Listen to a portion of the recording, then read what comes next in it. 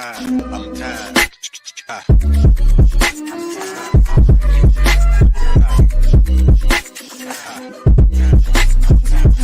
The Late Morning Program with Namarasa podcast.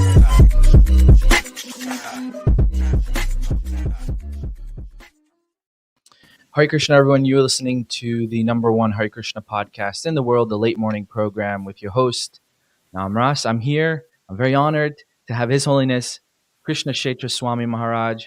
Maharaj, thank you so much for joining me. Thank you so much for having me with you. I like the opening. It's a very Thank you very much. Yeah, just gotta make it a little exciting. Yeah. But no, beyond that, I wanted to say I think you're doing an important service with this podcast, literally airing ideas related with Krishna consciousness. Very, very valuable. Thank you so much, Maharaj. That means a lot that you say that. So, Maharaj, maybe we can start off by talking about how you got in contact with Krishna consciousness, and maybe a little bit about your background. Okay, let's see. I was a student at the University of California in Berkeley, and it was 1969. It was pretty much the height of the Vietnam War, and it was, especially in Berkeley, a time of great student unrest, as the media would call it. In the midst of this unrest atmosphere was to be seen and to be heard the Hare Krishna devotees at the corner of the main entrance to the university on the south side, chanting Hare Krishna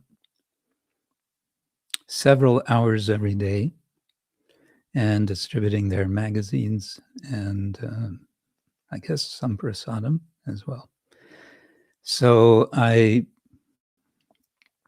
was struck by this scene of robed, smiling devotees, and was struck. I felt seeing them every day as I would go by, going to classes, that there's something genuine about them, and there's something otherworldly about them. And someday I think I should check them out. Mm-hmm. But not just now, because I'm a student and I'm trying to, make it in the student world. I was in the beginning stages of studying architecture in the department, the School of Environmental Design.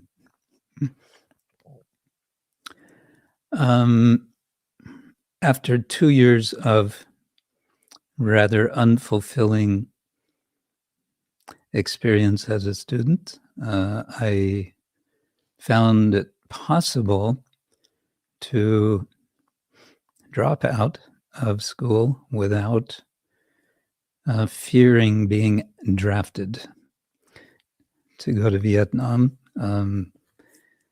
because of a new arrangement that had been made, a new law for drafting that is some technical points, but essentially I could know that there was no danger that I would be drafted.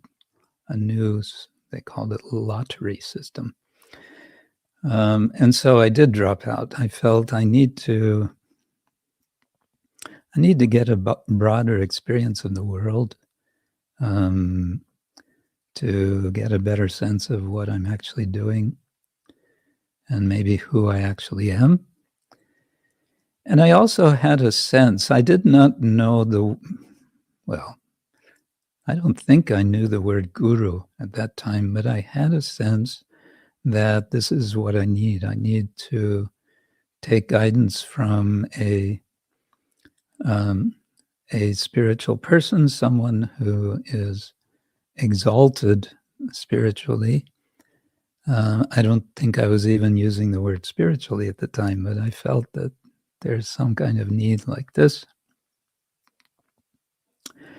And I was inclined to analyze sometimes what was my problem.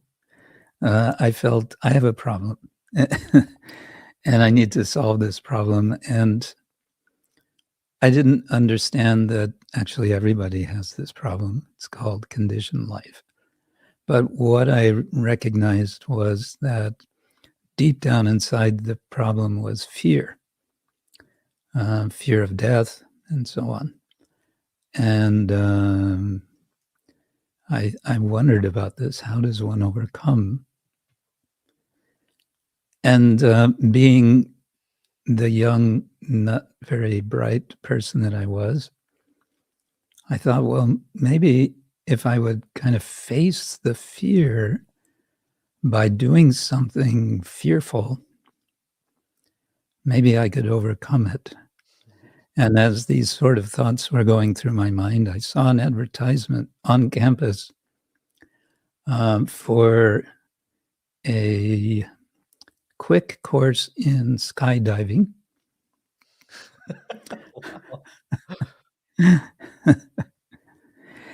And it was only $35. And I thought, that's it. I am so scared of heights, of the idea, just the idea of jumping out of an airplane. Oh, that's really something. So I thought, yeah, this is what I should do. So I signed up and I went to the Oakland airport, and it was a small group of us students. Nice instructor. He gave us instructions and a little bit of practice doing certain things over a period of, I guess it was it 2 hours or 4 hours? Anyway, 2 or 4 hours, we got the training. And then we were bundled into a little plane with our parachutes. And up we went, and one after another, out we went. And in my case, now this is going way back. This is before, I don't know what they call them now. They have these beautiful sort of long, stretching, rectangular parachutes. But in those days, they were round. Right. They were round, and they had a hole in the top. But when my parachute opened, there was no hole. Nor did I know that there should be a hole, because our instructor, I swear, he didn't tell us. But he did tell us, as soon as the parachute opens, you got to check to make sure it's open nicely, because if it's not, you have to unbuckle it, let it go, and pull your emergency parachute. But as far as I knew, it was fine. It was open fine. So I came happily sailing down and landed, and didn't hurt myself. But several people came running toward me asking, "Are you okay?" I said, "Yeah, I think I'm okay." They said, "Because your parachute was not open all the way. There was a line wrapped around the top. There was a bunch on the top, so the parachute was effectively about 90%. I'm getting off the subject, but I'm sorry. The Okay. point is, I Yeah. wanted to overcome fear, and this didn't work.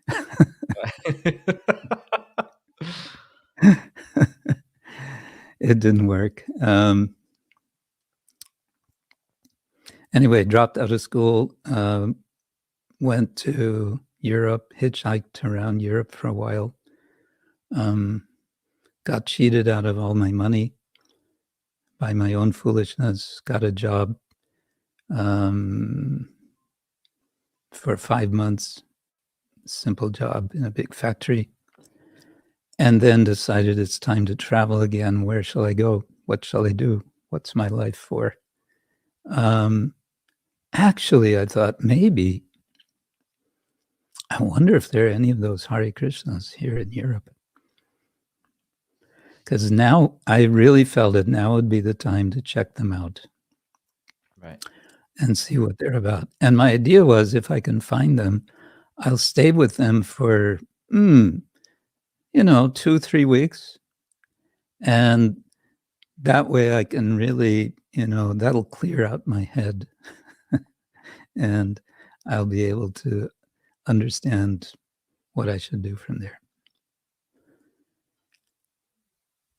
And I also thought, well, if there's Hare Krishnas in Europe, where would they be? Probably in a place similar to Berkeley. Berkeley is it's a university city, university town. How about Heidelberg in Germany? Maybe they're in Heidelberg. Okay, let's go to Heidelberg. Maybe, because there's no internet at this time. There's no, Right. No directory or anything. There's no computers. There's nothing. So how do you find out? You go yourself. So I went and I walked into the old part of town, and the first thing I saw was Prithu Prabhu and Shivananda Prabhu chanting Hare Krishna. Wow. And the next day I joined them. And then 2 weeks later, the news came that Srila Prabhupada was coming to Paris. By that time, I'd heard a lot about Srila Prabhupada from the devotees. And although I was saying I'll stay for 2 weeks and then I'll leave, by this time I was wearing a dhoti, I was shaved up, wearing tilak. I was on the street selling magazines and chanting Hare Krishna. So the idea of leaving right away didn't. And then Prabhupada was coming. Have to meet Prabhupada, okay.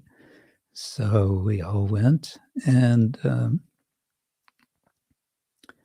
on the way to Paris, I was asked, would I like to be initiated? And I said, sure. And when I met Prabhupada, when I saw Prabhupada, I thought, yes, that's him. That's the person I was looking for. That's the higher person, the person of higher consciousness. That's the guru. Wow. And then you stayed on, and what were your kind of your services in the beginning?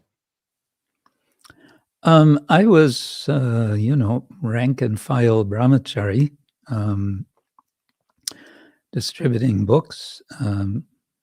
Initially, and that's one thing that I wondered about soon after joining, and in the very first several weeks or months, we had Harinam every day.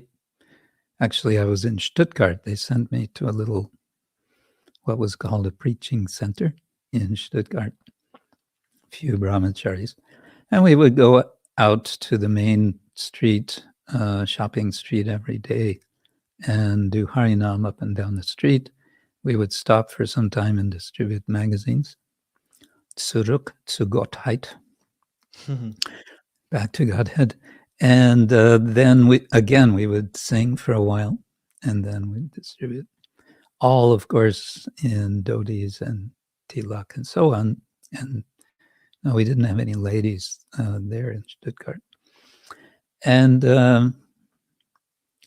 then sometime after that came the idea of just distributing books. Right.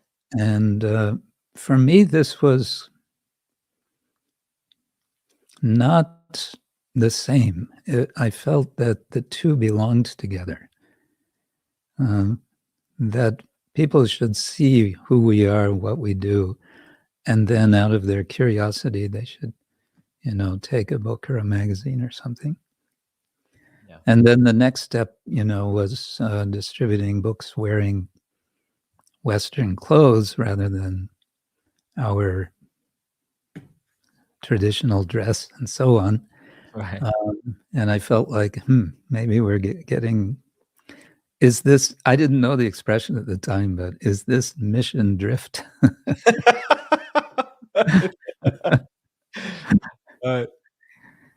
So, okay, those were early days. Then, yeah, more book distribution. I was asked to go to Amsterdam after some months. I had one very rare qualification at the time for going to Amsterdam. I had a driver's license. That was rare back then, huh? It was. Wow. So they had a vehicle and I had a driver's license, and they needed somebody in Amsterdam to drive. And yeah, so I was the temple driver. Eventually, I was also involved in some of the deity worship there. And yeah, and also book distribution, distributing Dutch Ishopanishads, I remember, and going all over Holland and some of Belgium, including, some of the smallest villages and so on, traveling Sankirtan. And the Amsterdam temple was at that time, Betanienstraat. It was a converted garage, garage meaning a larger space like for repairing cars. It was converted into a temple, and we had one water source. No, we had two. We had a shower, and then separate from the shower, in the main sort of open area, we had two like utility-sized sinks and one faucet. And that was for all purposes, including kitchen. Wow. And the Brahmacharya ashram was an attic with a leaning roof where only somebody my short size could stand up fully on the highest part. Otherwise, it was crouching down sort of thing. Yeah, that was Amsterdam. I spent some time in Denmark, similar, traveling around distributing books, and then eventually distributing long play records. Now, many who may be watching, listening to this won't even know what that is. Right.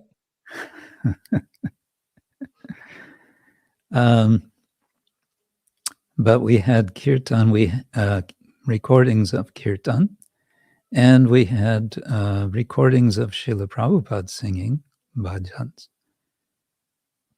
So, yeah, and that was all, mainly for raising funds. Right. At one point, myself and Vaidyanath Prabhu, who is the older brother of Sachinandana Swami Maharaj, were picked up by the police in Denmark. And after a night, maybe 2 nights, I don't remember, in prison, we were ushered out of the country. So like that. Then book distribution in Germany. At one point, I kind of signed up for what was called the East program. This was HH Swami especially initiating under Srila Prabhupada's direction to bring Prabhupada's mission to the countries of East Europe, behind the so-called Iron Curtain. And so when this started up, I was very enthusiastic, I can say, to take part. And I was given opportunity initially in Berlin to live in West Berlin and make regular visits to a small group of very small community of devotees in East Berlin, going through Checkpoint Charlie, 2-3 times a week. And that led in 1978, I think it was, I started going with other devotees to other countries. All of them, including where I am now, Poland and Hungary, Czechoslovakia, which is now Czech Republic and Slovakia, and Romania, Bulgaria, and what we now call former Yugoslavia. I also made a couple of visits to former Soviet Union, to Russia, and through Ukraine also. So then, 1978, then I was asked to be assistant secretary for HH Swami, and so for a year and a half, I traveled with him. That was quite intense travel, up and down Europe, but also India, also Middle East. And at that time, he was writing a book, so I was his typist, and there was no computer. So it was, you type a page, and if there's something that needs correcting, you retype the entire page. Right. Wow. So I typed that book of his about Varnashram altogether maybe 5 times. Oh my gosh. Also at that time, I became engaged in worship of Nrsingadev. We received, that is, Harikesh Swami received a small murti as a gift of Nrsingadev, and he then put me in charge to do daily worship as we traveled, and he wanted me to do a nice, say, sort of comprehensive worship in the morning, which meant I had to learn the process, and that was soon after the so-called White Book came out, the deity worship book. The Archana Padati? Is that the one? Yes, this was Archana Paddhati, which was a translation of, I believe, more than one Paddhatis from different Gaudiya mats. Right. So that started getting me into the ritual side of deity worship and got me into, kind of wondering what it is, what we're doing, why we're doing it. Right. Before we get into that, Marge, because I want to touch on that, the deity worship side. What was your experience after Srila Prabhupada's disappearance? I like to ask this of all my guests who are kind of older and who are Prabhupada disciples, and then who kind of survived, so to say, through the 80s and through when Srila Prabhupada left this world and all. So what was your experience there? My experience was, again, as sort of rank and file devotee. I felt that we were soldiers in the field, and we were being prepared. I can say that I felt that Srila Prabhupada was preparing me for his departure from day one, because from my meeting him in Paris, he would say that. I think it was kind of every time that I met him. It was over 5 years. Each summer we would meet him in Paris, in London, in Germany. And he would make some comment like, I'm not going to be here, that much longer. And indeed, in my initiation, the lecture he gave, he spoke very explicitly on that point. He gave this example of learning to fly an airplane, Right. that the instructor accompanies the student for some time, and when this instructor feels the student is ready, he sends the student up in the plane to fly solo, and they keep connected by radio. Right. So he gave that example to say, you have to prepare yourselves, because at the end of life, you have to fly solo. Yeah. Or in this case, it was also understood, Prabhupada, is elderly. We don't know how long he'll be with us. Although there was also a sense he'll kind of always be with us. Mm. But then as the months were approaching, that the news was coming that Srila Prabhupada is seriously ill, it was just, I felt a kind of preparation that it was something to be reckoned with for all of us.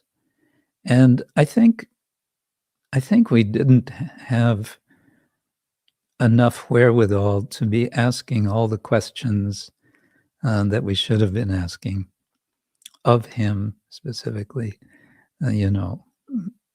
especially about succession, Right. To get more unambiguous, shall we say, statements, although it can be argued that Prabhupada was never ambiguous. But anyway, that's another subject. Right. So I felt that when he actually departed, I was in Poland at the time we got the news.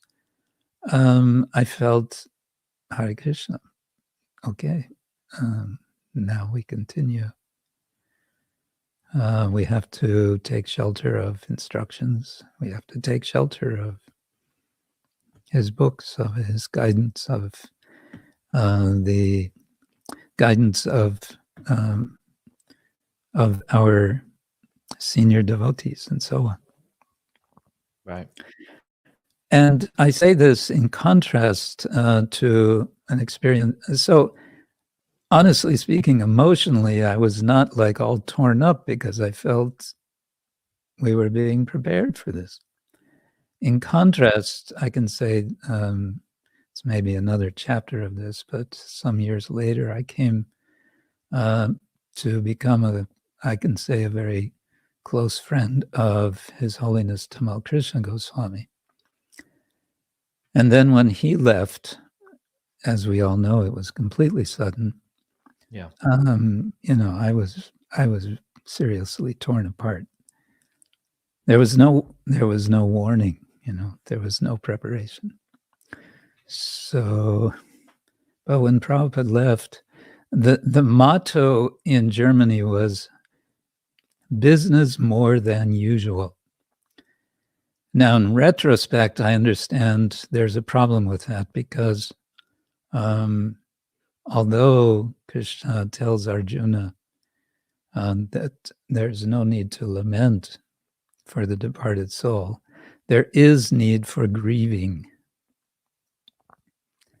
If we don't grieve for those who are dear to us, what to speak of our most dear spiritual master, then something is wrong with us. Or it becomes wrong with us because we haven't worked it through. So, but in any case, life did sort of go on in that spirit of business more than usual. And maybe that was necessary at the time to keep us kind of cohesive. Right. But perhaps part of your question is why am I still, with the society when so many left? Yeah, I mean the leaving of Srila Prabhupada, and then as well as what happened afterward, in the Right. next 10 years or whatever it was. So, yeah. I didn't feel like there was any alternative but to keep going. And I felt like whatever faults are there, I did have some faith that Krishna would straighten things out in course of time, but that I should, kind of stay with the ship. And I can also say, in all honesty, I was under the direction of HH Swami at the time, Swami, and I appreciated very much that, unlike apparently other so-called zonal gurus who were more or less expecting to be treated by their godbrothers as their gurus, he did not do that. He was, I felt he was very careful about that. He understood there's an etiquette here. I mean, anyway, that's another story. Sometimes he was not. He was struggling himself to do what he thought he had to do in the position that he thought he had. So Yeah. there's really nothing I feel to criticize there. But Sure. he was always kind to me and encouraging me in my service, and he gave me, I would say, a lot of independence. And then, because everything did hit the fan, was it 1986? He took the initiative from his side within his zone to sort of designate who he felt ought to take on the responsibility of accepting disciples. And I mean, this is a little difficult for anyone to understand today, but in those days, I think the mood was just do it. It was something like in Prabhupada's time, in that Prabhupada would not wait until someone had qualification before he was given or she was given a duty. It was more like, here's your duty now. It was being thrown in the deep end. Right. Sink or swim. So kind of from one day to the next, suddenly I had a rubber stamp on my forehead that said that I'm a guru. Wow. And I was a brahmachari. I was just a rank and file brahmachari. But he saw it that was my qualification. And bless his heart, he kind of railroaded us, myself and I think it was 5 others of us, in the German Swiss Yatra to be approved by the GBC. So, well, now I had a responsibility. You can't just leave. My initial thought was, well, anyway, I don't have anybody, wanting to be my disciples, so I don't have anything really to worry about. Trouble was, before I knew it, I did have some aspirants. And I decided to take that as an arrangement for service that Srila Prabhupada wants me to, as unqualified as I am. I mean, there was no there was no training. There was no, I mean, you have now to become a sannyasi. There's a whole program of training. Right. There's a waiting list. There's, it's a whole thing. I do want to talk about that afterward as well. Yeah. So, but there was nothing from one day to the next. I mean, literally, now you're a guru. Hare Krishna. Good luck. That's But early. I felt, okay, this is now my duty and I have to just do it somehow or other. Right. And so I'm still learning. Amazing.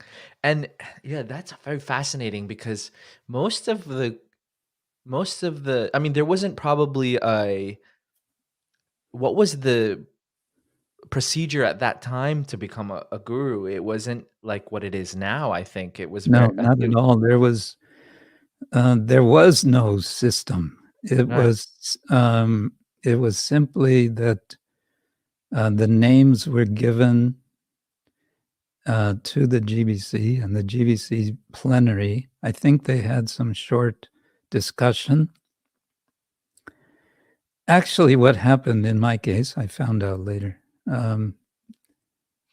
I had written a letter when I heard I was being recommended as a guru. I wrote a letter to the GBC chairman saying, count me out. I'm not. This is not going to work. And the letter was delivered. And the GBC chairman, when the discussion came up, the GBC chairman, I found out later, read the letter and he raised the question to HH Swami. He said, but what about this letter? And HH simply dismissed it. He said, oh, he's just being humble. And that was the end of the discussion. And then there was a vote, and that was it. Wow. Talk about rubber stamping, huh? Right. Oh my goodness. And so you have been initiating like since that time, since the mid 80s? Since 1987, yeah. Wow. Fascinating. I did not know that. Like, I consider myself a bit of a ISKCON history buff, but I did not know that. That's fascinating. I love that. Yeah, Let's go. there's a Yeah, few of us. As I said, there were right. 5 or 6 of us. Okay, and they were appointed by Harikesh Swami at Yeah, the time. yeah, basically Just to appointed. manage the yatra, is that what it was? No, it wasn't even with that sense that we should be managers. It was really that we should be gurus. I see. And his point, when he first brought it up to us, was that you have this responsibility. You are preaching. You are making devotees. Now you should be taking responsibility for them, for their spiritual lives. And, that made sense. Yeah, right. we didn't have anything to counter that with.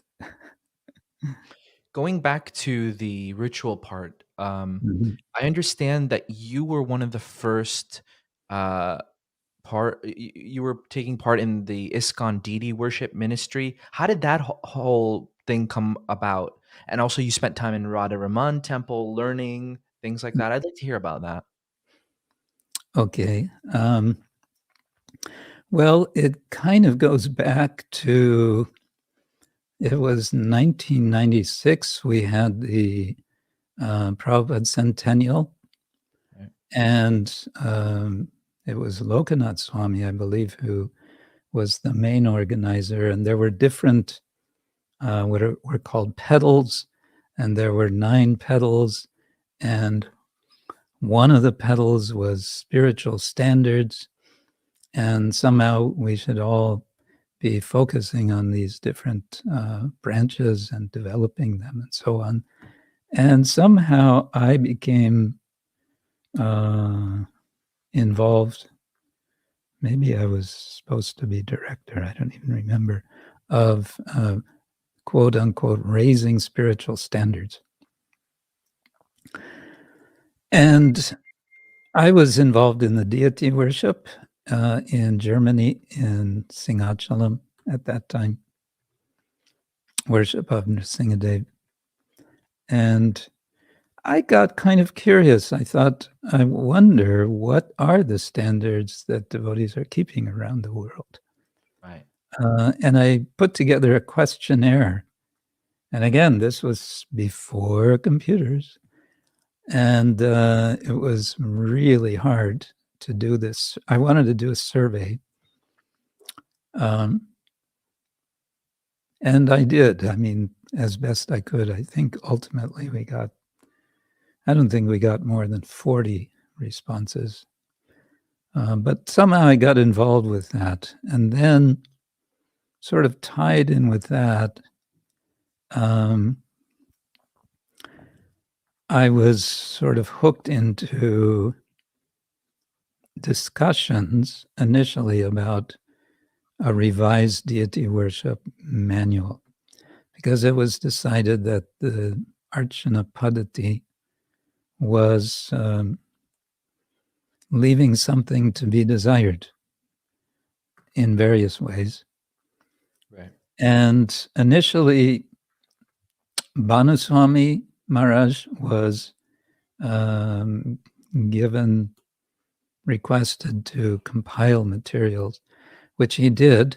He had been learning Sanskrit, sort of self-taught, and he was compiling many things, not only from the Hari Bhakti Vilasa, but from other sources. And somehow it fell upon me at one point to sort through these piles of materials that he had compiled and try to bring it together into a cohesive book. So I was spending some months each year in Mayapur with Bhaktividya Purna Swami in the Gurukul. And he and myself, and sometimes we consulted also with the twins, Jananivas Prabhu and the late Pankajangri Prabhu. Right. And there was Atmatattva Prabhu, and Jaipataka Swami, I believe, was also, yes, we consulted him sometimes. And eventually we put together this book, which came to be called the Pancharatra Pradipa. Right. And in the course of putting that book together, I was feeling some frustration in not myself knowing even a minimal Sanskrit that would have helped to do a proper job. I was completely dependent on Bhanu Swami, who was, he was quite competent and he was helpful, but I was feeling some lack. That, this is, whoops. You're still there, Maharaj. We just blacked out for a minute. Are we okay now? We're okay, yeah. All right.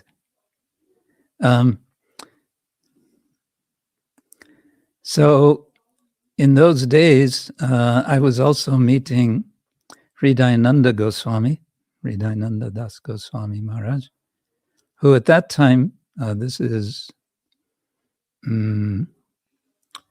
early 1990s, at that time he had ventured to go back to university. He was studying Sanskrit at Harvard University. And, whoops. Hare Krishna. I can still hear you. Okay. It's going in and out. I don't know if that is my connection. I think the video is going in and out, but the audio has not cut at all. So we're good there. Uh-huh.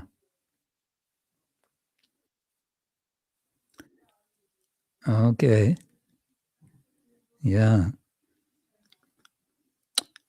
Well, what should we do? We can just continue, Maharaj. This is fine. I can still hear you.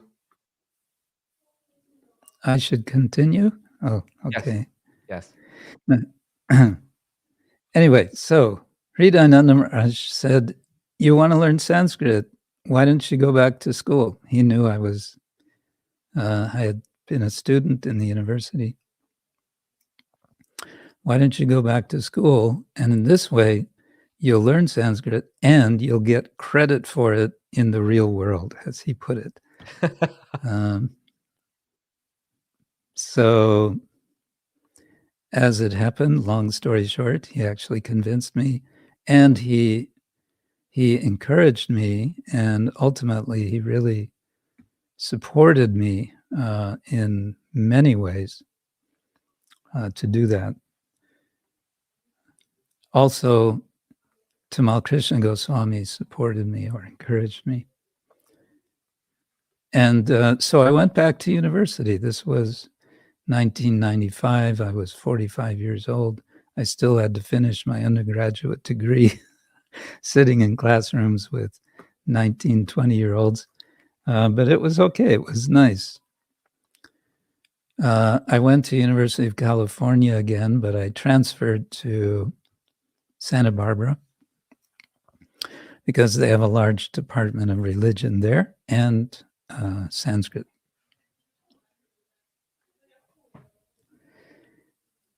And so then a sort of late life, mature student, as they say, academic life, which took me from University of California, Santa Barbara to Graduate Theological Union in Berkeley, where I did a master's degree, and then to University of Oxford, where I did a second master's degree and then a doctorate.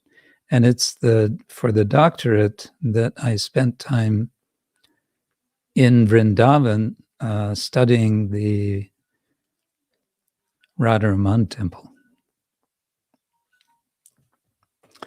So your doctorate your doctorate subject matter was and regarding deity eventually, worship?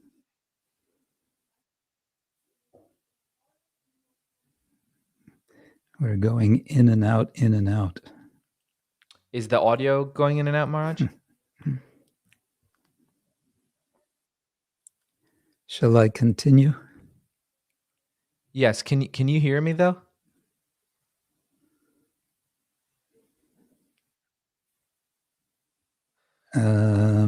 Not quite sure what you are saying now. It's also coming in and out. I think it might be your connection, Maharaj. Oops. But No. is it better now? Well, at the moment, now I can hear. Okay. Yeah. So I was saying the subject matter of your doctorate thesis was on Radharaman or something related to that?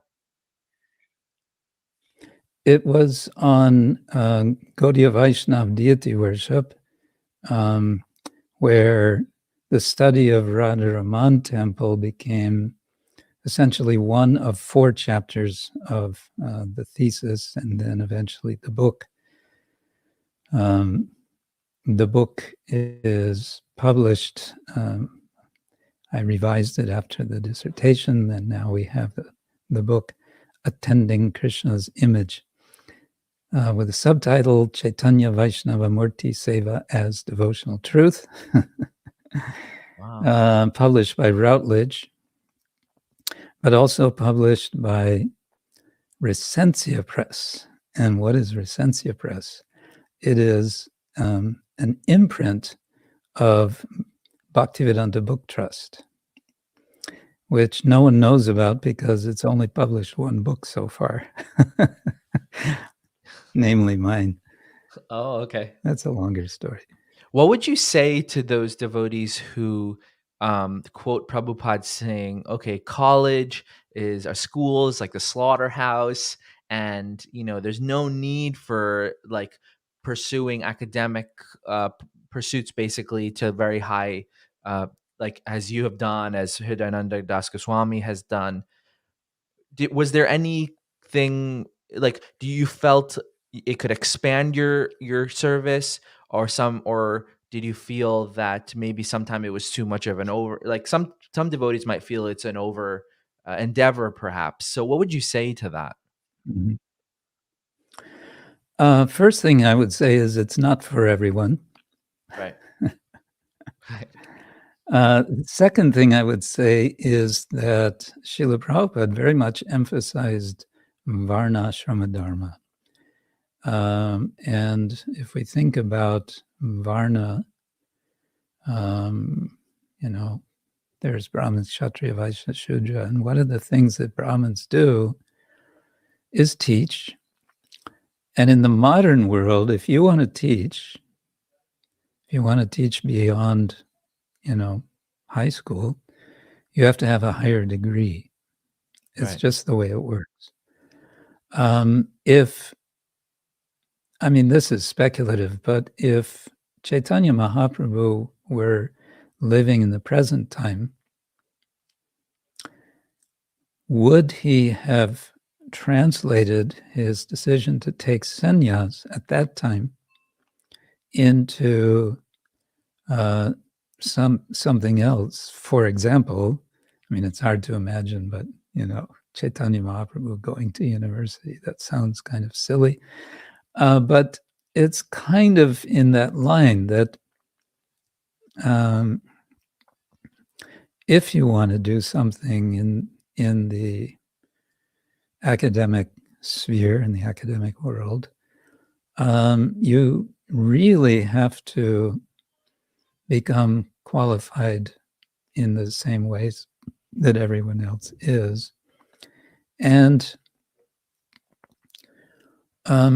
I became very much convinced that if our mission is going to strike roots in different cultures around the world, one thing that will be needed is that there be an educated, which is to say having higher degrees, especially educated persons who are able to represent our tradition within the academy, just as we find every other religious tradition in the world has. There are Roman Catholic scholars of Roman Catholicism. There are Muslim scholars of Islam, and so on and so forth. And they are writing extensively about their traditions from positions of great learning and decades of study, of deep study of their own traditions. And so I felt, why are we not doing this? And I think this is what Prabhupada wanted. I think it's why he told Brahmatirtha Prabhu to continue to complete his degree, Right. why he told Ravindra Swarup Prabhu to complete his degree. He specifically was studying religion. To the slaughterhouse expression, of course, this is a kind of way of speaking to highlight the danger. And that's where I would say, again, it's not for everyone. Right. It's not that because one person goes to university, therefore everyone has to go. Yeah. But you feel that like your service and your outreach to a varied amount of people was kind of heightened because of, I think, as well as if you're kind of like a decorated scholar in academia, then you can reach people who otherwise may not be reached otherwise, right? Yeah, I feel that it's very much expanded my service. In Right. fact, just the number of hours I spend, I'm in a way living a dual life because although I'm not I'm not in any university as a teacher now, as a professor. I'm just writing and some publishing and taking part in conferences. But it's kind of been one opportunity after another, especially for writing and publishing specifically about our tradition. And also, and this goes into another topic, but I got involved through the Oxford Center for Hindu Studies, got involved in the Oxford Center for Animal Ethics, and opportunities have opened up there as well. Yeah. Before we talk about that, I wanted to ask you, when you go to conferences and even when you were a professor in different universities, did people know that you were a practitioner, like you were a renunciate, or was it a separate? Yeah, some yes and some no. My policy has been not to try to hide my identity as a devotee, but also not necessarily to advertise it. Right. Especially because in recent years I have been visiting China and I give guest lectures in universities there. And I'm not wearing what I'm wearing now. I'll be wearing, Western clothes. But invariably, it kind of comes out one way or another that I'm somehow a practitioner as well. And for most people, that's not a problem. For most of the scholars that I deal with, that's not a problem. In fact, it can even be a kind of a plus in some respects. Times it can depend on the circumstance, on the context. There are many different. What has been your experience teaching university in China? In China proper, in what is called mainland China, when you're in Hong Kong, they speak of mainland China. I've not done any regular teaching there, only sort of single one-off. Sometimes I've done a 2 or 3 series seminar or lecture. What's it like? Well, in some ways it's like everywhere else, but one has to be especially careful in China, especially more recently. They have felt the heat from the government with respect to speaking about religion. And so sometimes my host, a professor, will kind of remind me before I give a talk that, please be careful, don't know nothing about God, okay? Wow. So, but for example, the last time I was in Beijing, I was invited to give a talk in one class.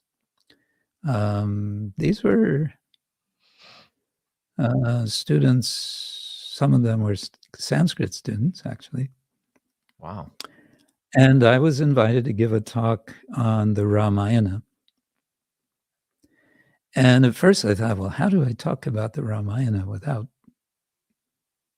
Rama is the supreme personality of God. How do you do that? But as we say, the Lord inspires you in the heart. So I just talked about Dharma. And that was no problem. It was perfectly all right to talk about Dharma. They have similar ideas in traditional Chinese, in Confucian tradition, and so on. Right. So everything went that way. What I found is that in each particular class event where I'm asked to speak, I have to be creative in different ways to do something that fits, that can also bring in something of our tradition. But what I found is that it's really possible to do.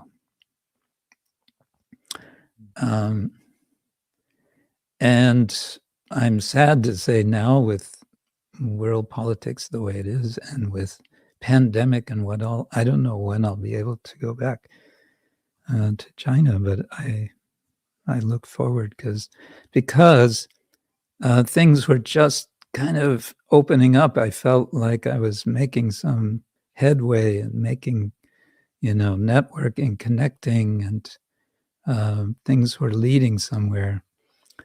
And also, I've been fortunate to have two books translated, two of my writings translated into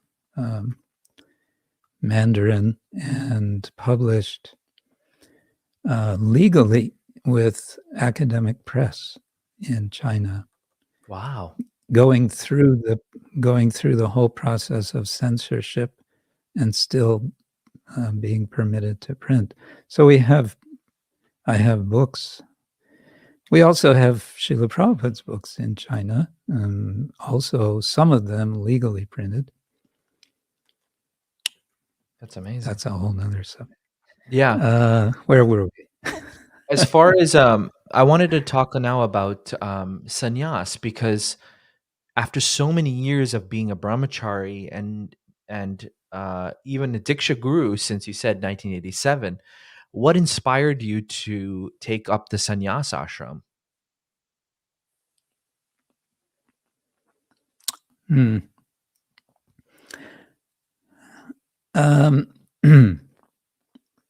Well, we can go back maybe to 1988. Mind you, by this time I'm already having the stamp of being a guru. 1988, I was in Vrindavan. His Holiness Tamal Krishna Goswami was there, and I was having some exchange with him, and I was getting to know him. He was getting to know me. And one day he looked at me and he said, "Hey, how come you're not a sannyasi?" And I didn't say anything. And then he just kind of answered his own question. He said, "Anyway, it's not necessary. Narada Muni was also not a sannyasi. The four Kumaras were also not sannyasi. It's okay." And he let me off the hook. He didn't pursue it further. And I felt at that time, I'm not qualified. And over the years, watching ISKCON's record of sannyasis keeping their vows, I thought, I don't want to become part of those statistics. And so I thought, let me bide my time and see what Krishna wants. And then nothing dramatic, I would just say, it must have been 2013. It was a series, I would say, of 2, 3, 4 small events of speaking with certain devotees and question coming up again, why you're not a sannyasi. And a couple of other things. I started thinking, gosh, maybe now is the time to explore, making the process, because by this time there was a whole process to become approved. So I thought, okay, first thing is get blessings of other sannyasis, my godbrothers, senior sannyasis. And we had in Serbia a summer camp where I believe altogether 7 sannyasis assembled. And I just went from one to the next, and presented my case and asked for their advice and their blessings. And one after another, they gave the blessings. So I thought, okay, so let's proceed. And I guess I think it was nicely expressed by His Holiness Bhakti Vaibhava Swami Maharaj. He was one of the sannyasis that was there, and he's on the sannyas committee. And I said, I'm thinking of taking sannyas. He said, of course, you have to take sannyas. He said, you're not a student anymore, you're a teacher. Right. The sannyas is the order for teachers, and you're a teacher. So just do it. Yeah. And did you have to wait there's certain like hoops, so to say, that you have to jump through and now in ISKCON to take sannyas. So did you have to do those same ones, or was it kind of like an expedited? I would assume it was kind of like a little bit more different for you, for being a Prabhupada disciple, long-standing brahmachari, etc. Initially, I was told that there's a standard that we go on the list, on the waiting list, for a 2-year period minimum. It should be that, otherwise everyone wants immediate. And I said, okay. But meanwhile, some of the senior devotees, sannyasis, were saying, no, that's ridiculous. You shouldn't have to wait. And anyway, as it happened, when I was called on the carpet, in the positive sense, to the sannyas committee in Mayapur, after I'd made the initial application and so on, they said, so we are proposing that you take sannyas immediately. What do you think? And I said, well, what to say? I want to serve the Vaishnavas. Right. I want to serve the Vaishnavas. So if that's the thing to do, then okay. And they said, okay, it has to be approved by the GBC with a, I think it's 78% vote or whatever. And then the next day, I was informed that they had approved. That it was a unanimous vote in favor. Wow. But there's an interesting twist, in a sense, to my actual sannyas initiation. My sannyas guru is His Holiness Sachinandana Swami. And I requested that we wait some months for a sort of favorable condition, namely to have the event in Janmashtami. This would have been 2014 in Germany, in Golokadam, Germany, because one reason was, as I said, having disciples, they wanted to be present at this event, and to ask them to come to Mayapur, that was too much. And so we arranged like that. But there was a problem. And the problem was that just a few days before Janmashtami 2014, Sachinandan Swami took very seriously ill. And he was in Berlin. And he had strict orders from his guru his guru, from his doctor, not to travel. Right. And I kind of thought, this doesn't sound very auspicious. So what we did, though, was kind of fun, actually, was that His Holiness Chandramauli Swami happened to be there in Golokadam for the festival. So he became a Ritvik Sannyas Guru. Right. In the true sense of the term. In the true sense of the term. And then later in the afternoon that day, we had Satyananda Swami on screen, sort of live on screen, and he spoke very nicely. And then, so that was in August or September.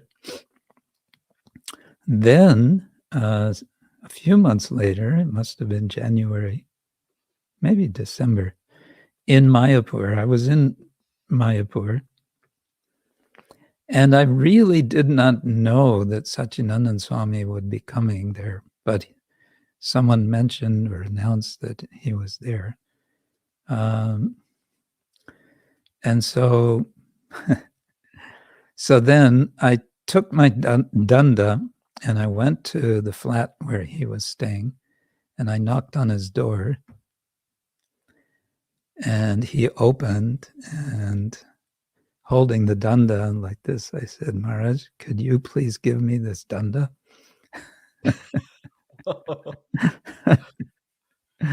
And he was beaming. He said, oh yes, please come in. And then just the two of us, we made a nice little ceremony together. Wonderful. Wow. Overlooking the Ganga. Right. Maharaj, before we go into your book about cow care and Hindu animal ethics, did you want to take a break now? Yes, maybe let's take a short break. Okay. And then another thing is, I don't know if this is going to be worth wasting time, but so far, I'm getting your audio out of my computer when I would want to have gotten it in my earphones because we're recording here. But we'll see. I'll be right back. Okay, sure. Okay, Maharaj will be right back. In the meantime, I want to show you his website. So for those of you watching, so this is Maharaj's website, kennethvalpay.com. For those of you listening, actually, let me put it on the screen here. KENNETHVALPEY.com. And so this is Maharaj's website where it shows all of his different projects, how you can get in touch with him, press reviews, different projects. We're going to talk about this here. This is very fascinating. How he not just went to Oxford Hindu studies, but also was changed over, like he said, to the Oxford study for animal ethics as well. It's very fascinating. This book, he just recently, I believe so, recently published this book, Macmillan Animal Ethics Series. And so it also shows here all these different books, publications that he has. Very academically qualified and scholarly. This is the one he was talking about earlier, attending Krishna's image, Chaitanya Vaishnava Murti Seva as devotional truth. Very fascinating. I'd love to read that. Also, you can see different links here. Oxford Center for Hindu Studies. Here we are, Oxford Center for Animal Ethics and the Bhagavad Purana OCHS project. So if you want to go check that out, I'll put that in the comments, kennethvalpy.com. So this is like the academic part of the website. Hare Krishna Maharaj. I'm just showing your website while you were gone. Sure. Okay. All right. People might also want to see. people might also want to see the website of the Oxford Center for Hindu Studies, Right. which has lots of things going on. Is that over here, I think?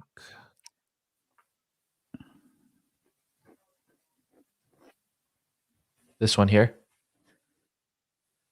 Yes. Okay. Let's talk a little, Maharaj, about how you went from Oxford Center of Hindu Studies to be also involved with the animal ethics part, and then we can go into the book. Yes. So I've been involved with the Oxford Center for Hindu Studies almost since its beginning. I think it started in 1998. I came to Oxford in 1999. And through the years there of completing 2 degrees, then I was a doctoral research fellow.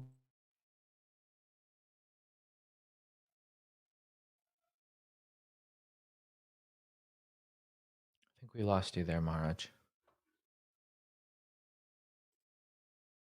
Research fellow. And there are quite a good number of research fellows. You can see in the website, they're all listed and described what they all do. And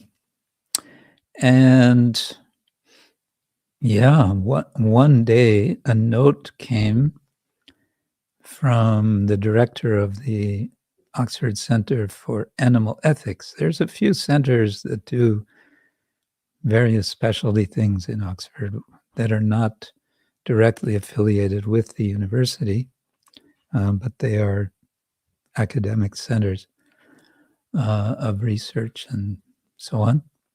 And there came a note saying, would there be anyone in your center who could come and give us a talk about Hinduism and animal ethics for a conference that we're organizing? So that note got passed around the office and sort of ended up on my desk. And I thought, actually, that's kind of interesting. Let me explore this. And so I ended up giving the talk, and then that talk eventually led to another one and another one. And it led to an invitation from the director to write a book on the subject because he is the editor-in-chief of a book series that's published by Palgrave Macmillan on animal ethics. So he wanted a book on Hinduism and animal ethics. And initially, I wasn't really jumping at the idea. But he asked me once, he asked me a second time, he asked me a third time. And this is over a 2 or 3 year period. And the third time he asked me, he said, I really want you to write this book because you're a practitioner.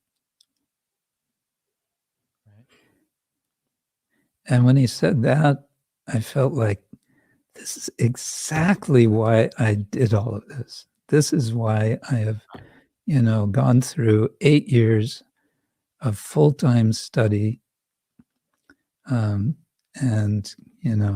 done all the all the Sika pulling and passing the exams and on and on and on, writing the papers.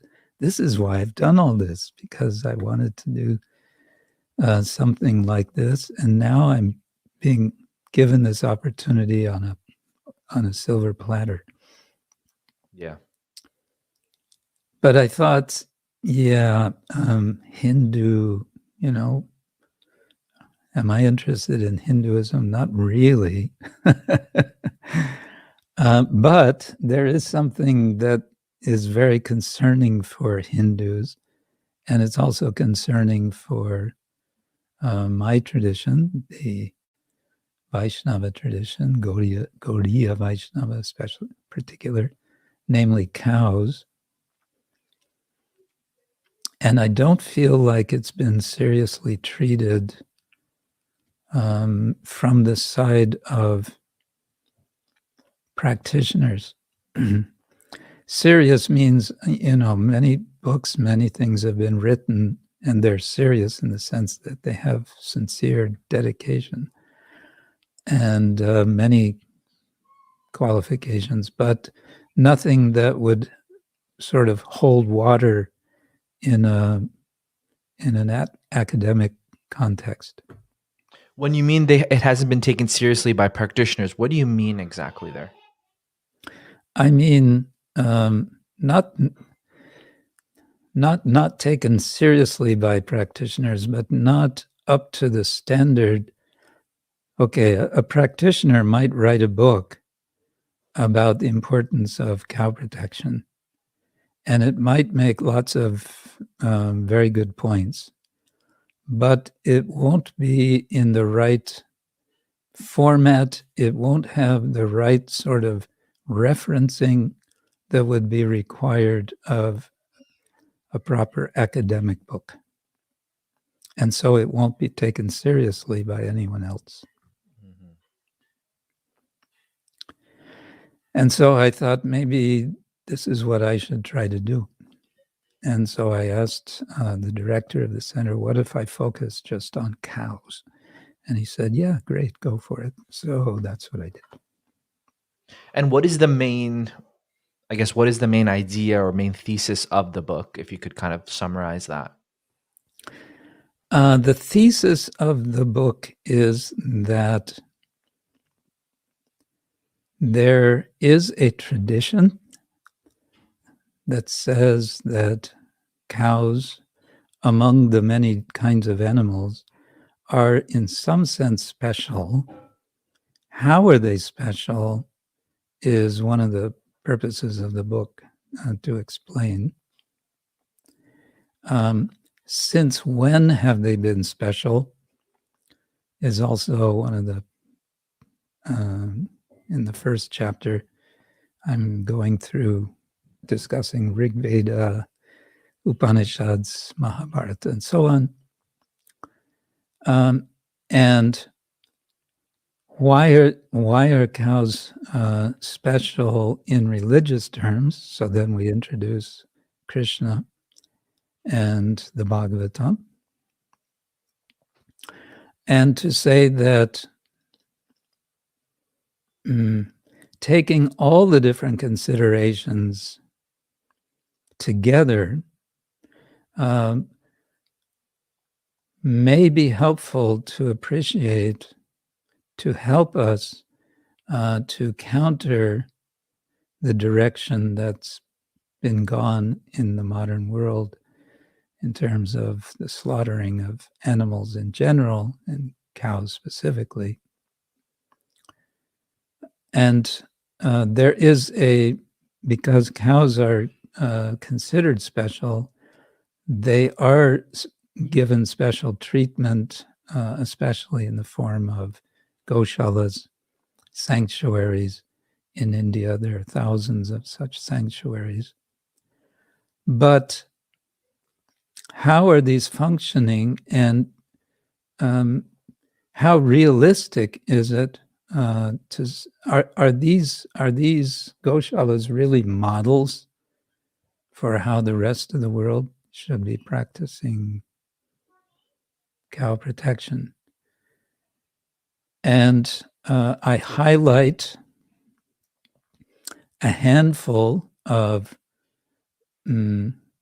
cow protection programs, including ISKCON and others, to give some of the specifics of what it's all about and what are the challenges, and to raise the question, how might a really positive future for cows be accomplished, considering that there are good enough reasons to make a significant shift in our understanding of how we humans relate with the animal world in general.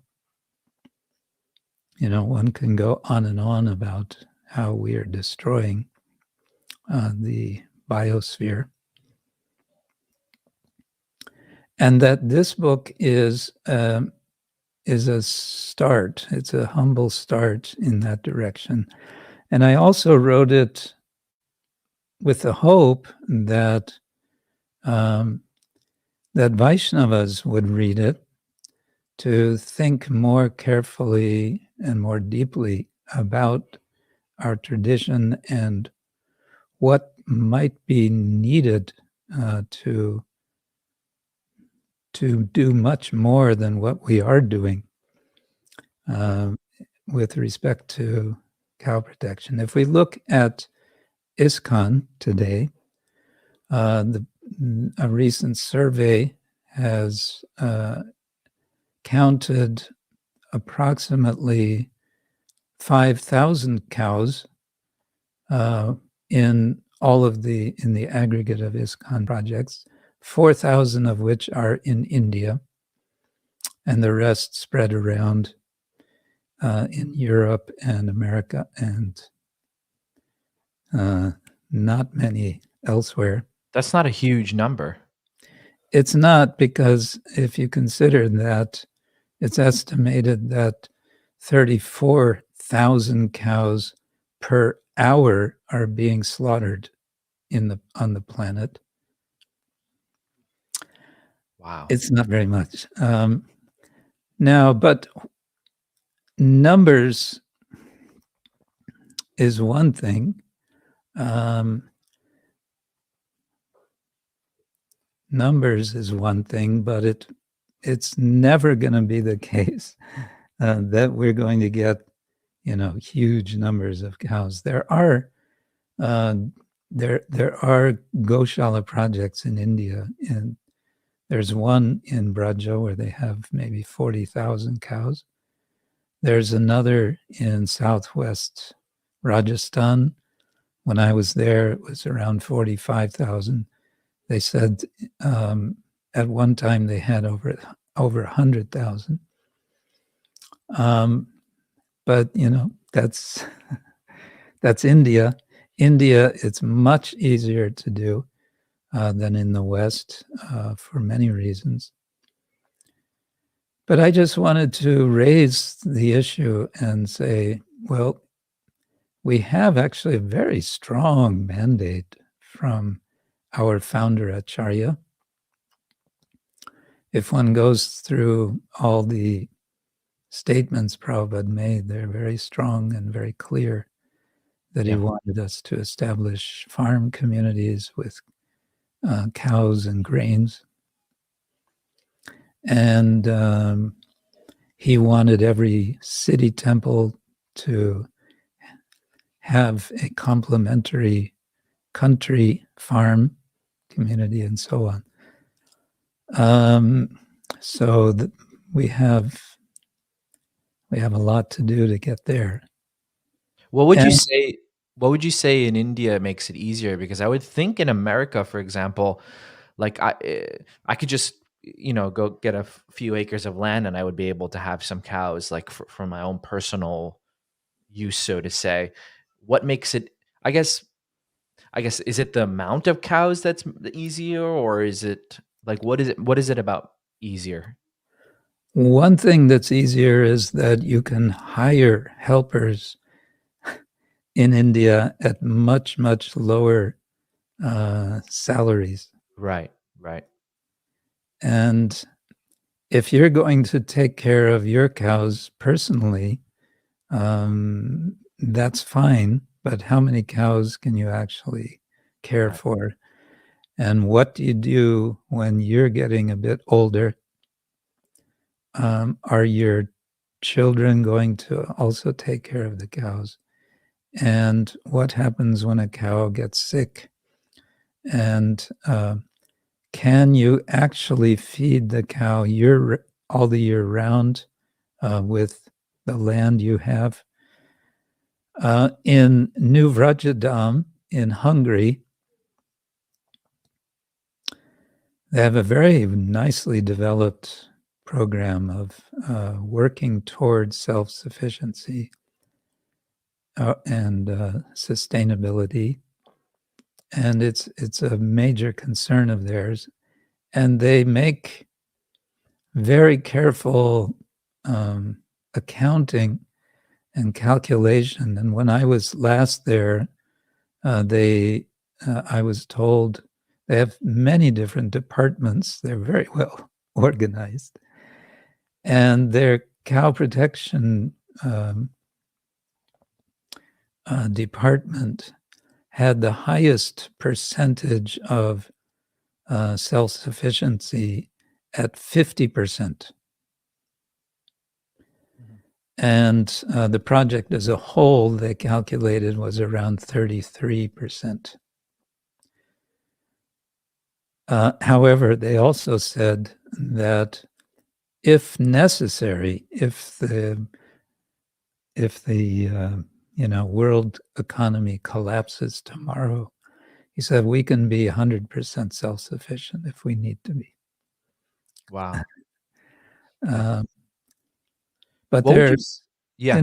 there are many considerations. I started reading about farming and what's involved. There's a lot of literature on it. One needs to really, there's so much to understand. In America, there are a lot of challenges to maintaining a small farm, not least of which the taxing situation. Just to cover the cost of paying the taxes for your land, and it turns everyone to doing commodity growing, and it's just very difficult. Also, dairy farming is very difficult in America. The regulations for dairy farming are so complex and thorough that you basically have to be wealthy before you start. Doesn't make any sense. It's also true of farming in general, to, Right. be successful. What would you say could be advice to the ISKCON community right now in the way cow protection is going right now? Like, it's a wonderful thing, devotees have farms and they protect the cows. But what would you say is the next step in that? A next step, I think, well, the GBC is trying to take a next step in that they made, it's already 2 years ago, not a resolution, but a recommendation that by Janmashtami 2022, that's coming up soon, all temples with deities should have a plan in place for how they are going to get what many devotees are calling ahimsa milk. Dairy for the deities, minimally for the deities, only from protected cows. Right. So I'm involved with the cow protection ministry here in Europe, and we're working on that, trying to understand what are the realities involved. And it really is very much of a challenge.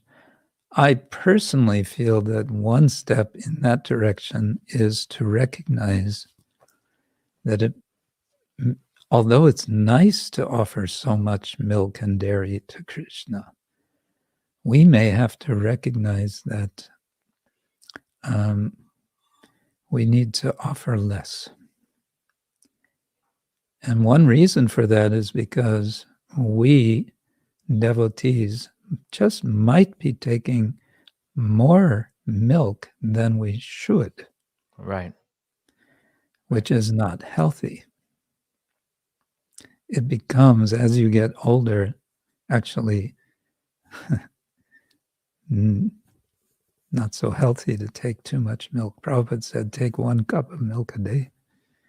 So that would be one thing. Another thing I would like to see is something like for children in our communities. I'm calling it Kids for Cows.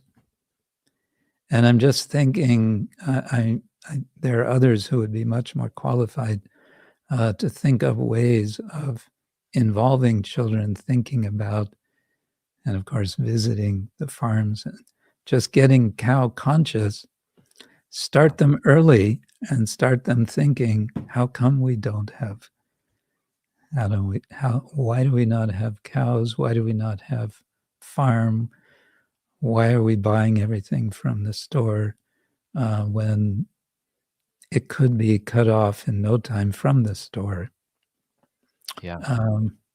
And an interesting little detail in this regard, we're quite accustomed, all of us, to just go to the store to buy whatever we want to prepare and offer to Krishna. In the 1960s, when West Berlin was cut off, there was an attempt by the Soviet Union to sort of strangle West Berlin and force it to become part of the Eastern Bloc. And then, so the response of the West was to do what they called the airlift, the Berlin airlift. And for some weeks, they were delivering groceries and supplies by airplane to West Berlin until the Soviet Union backed off. Okay. But the point is that the city, and I think this would apply to any city, had enough supplies for their residents for only 3 to 4 days.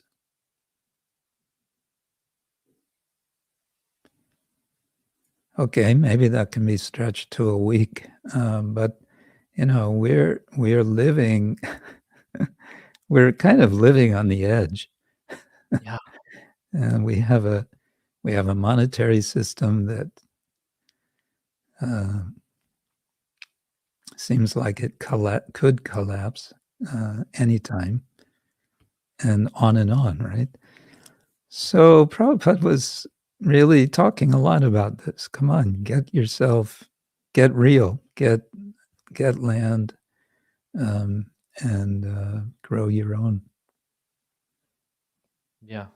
That's really something that interests me, because I always fear that, something could happen, and it, like you said, can cut off the food supply, or the monetary, it can all collapse as well. And what do we do during that time?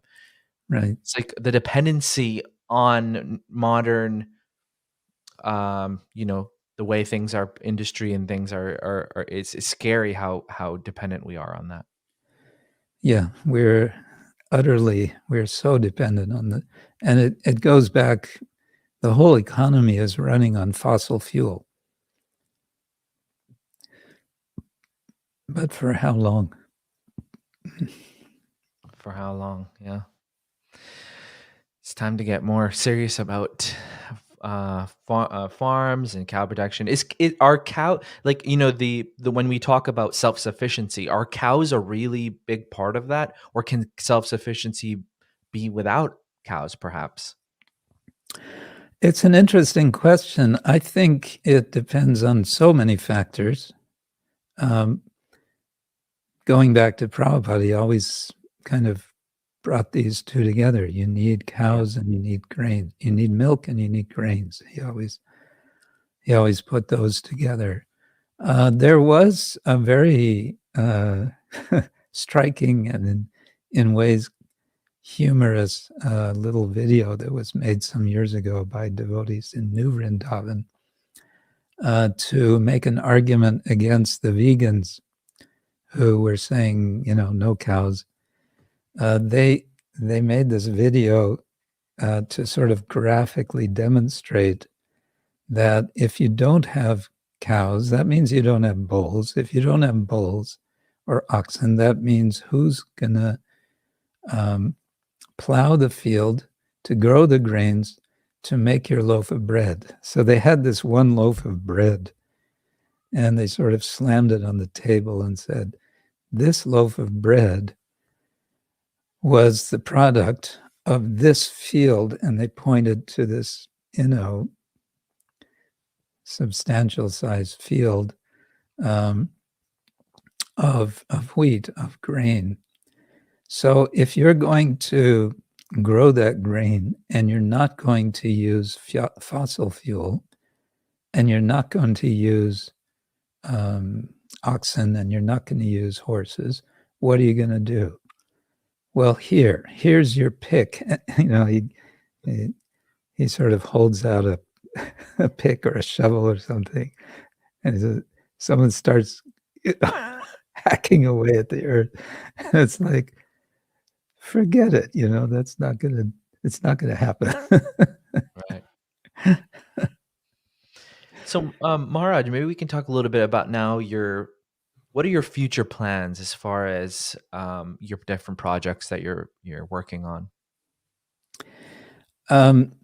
Because this book on cows got a quite nice response. I should mention that it's available in digital form for free download because it's available open access, which means it's not, when you download it from the publisher, it's not pirated, it's Right. legal.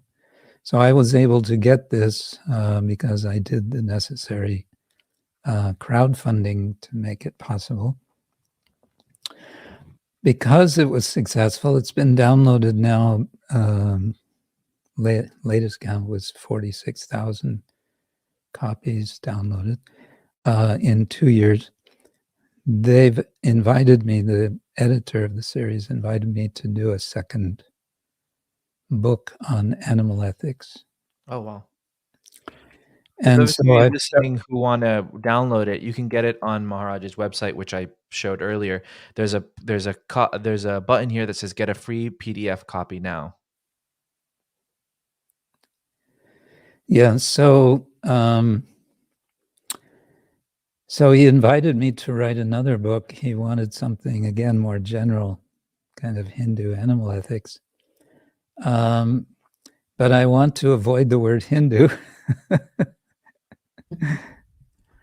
because, that's a whole nother subject. But But I mean, it's called the Oxford Center for Hindu Studies, and this is kind of in connection with that, right? yes, well, that's also another story. We started out the Oxford Center for Vaishnav Studies, Oh, right.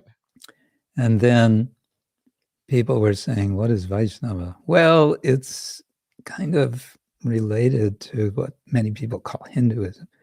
Oh, okay. All right. Well, why don't you make it the Oxford Center for Vaishnava and Hindu Studies? So it was that for a while. And then it was, well, this Vaishnava, it's not Hindu because it's Vaishnava and Hindu Studies. So, Right. and then it's like, yes, no, maybe it's kind of this, kind of that. And you get all tied up in explanations that go nowhere. Right. And so finally it was decided, okay, Oxford Center for Hindu Studies. And within the Center for Hindu Studies, as you can see on the website, we have research projects in Vaishnavism. We also have in Shaivism and Shaktism and other things. So anyway, I still didn't really want to have the focus on Hindu. And so what I'm working on now is a book on yoga and animal ethics. Oh, interesting. And the idea is to take the framework of Ashtanga Yoga and kind of bring each of those stages with a focus to reflections on human relations with animals, and more deeply to reflect on what is a person, because we want to raise this issue that, well, why animals? It's because animals are also persons, but what is a person?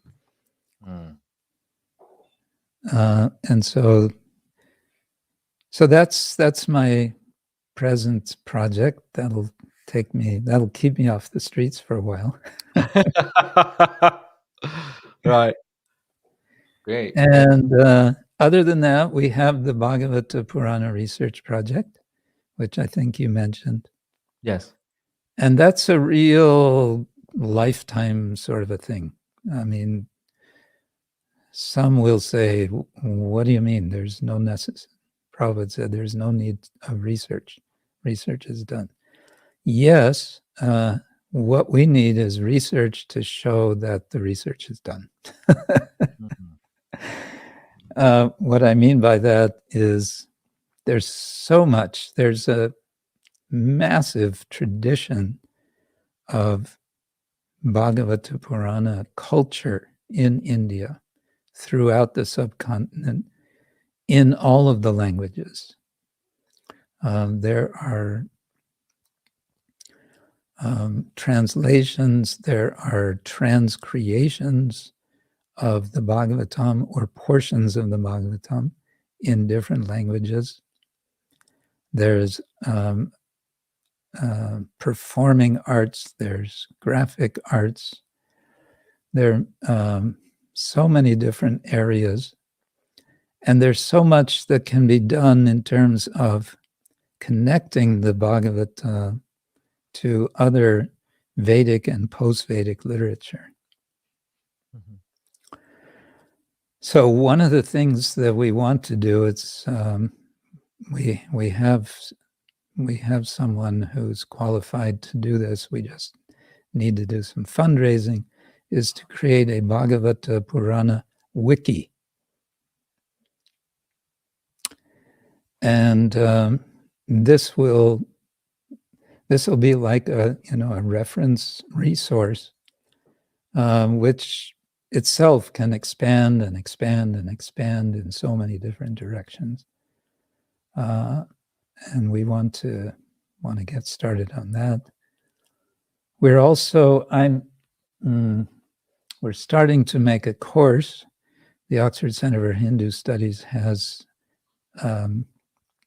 adult education courses, continuing education courses, and we want to do, Radhika Raman Prabhu and I want to do a course on the Bhagavata for that purpose.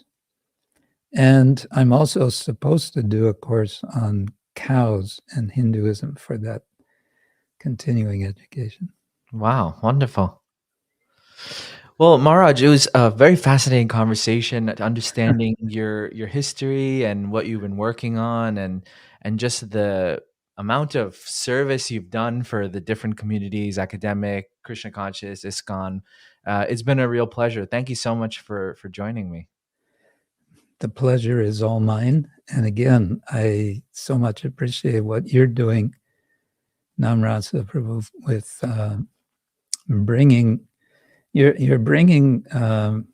Vaishnava community together in ways which wouldn't happen otherwise. And I think it's part of, Srila Prabhupada spoke a lot about what he called the Hare Krishna movement. Right. And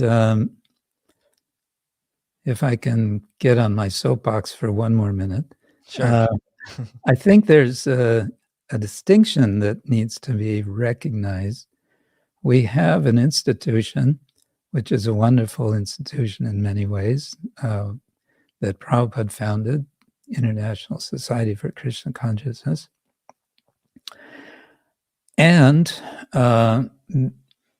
very much as a consequence of the efforts of this institution. But now, since a couple of decades or more, there are other institutions, and there are informal communities of devotees around the world, online communities and so on, and physical.